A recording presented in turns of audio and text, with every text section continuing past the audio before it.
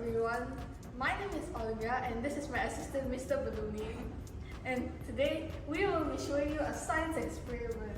Wow! Let's let Mr Balloony sit here. About water and orange. Can you see that? Yeah. Water and orange. This is water inside.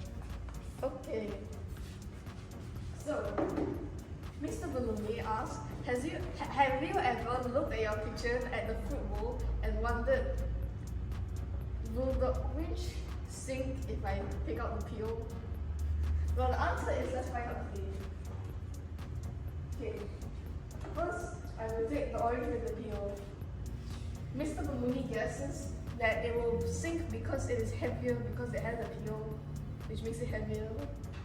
So Mr Balloony will dump it in the water. Look guys, Mr Balloony is wrong for the first time in his life. It actually floats. Mr Balloony does not believe this. So he takes the peeled one and he slams into the water. And to his surprise, it actually sinks. You can see her. So here is the comparison that Mr Balloony is actually wrong. So Mr Balloony is wondering, why is this happening? Well, it's because this unpeeled orange, inside there's like some air which makes it float like that. Oh, you can't see it.